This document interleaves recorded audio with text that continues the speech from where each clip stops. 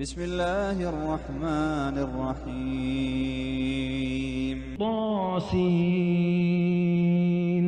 تلك آيات القرآن وكتاب مبين هدى وبشرى للمؤمنين الذين يقيمون الصلاة ويؤتون الزكاة وهم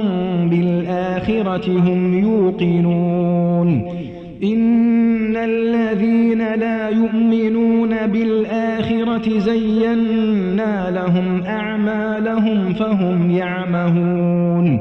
أولئك الذين لهم سوء العذاب وهم في الآخرة هم الأخسرون وإنك لتلقى القرآن من لدن حكيم عليم إذ قال موسى لأهله إني آنست نارا سآتيكم منها بخبر أو آتيكم بشهاب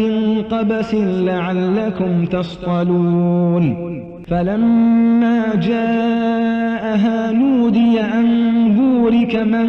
في النار ومن حولها وسبحان الله رب العالمين.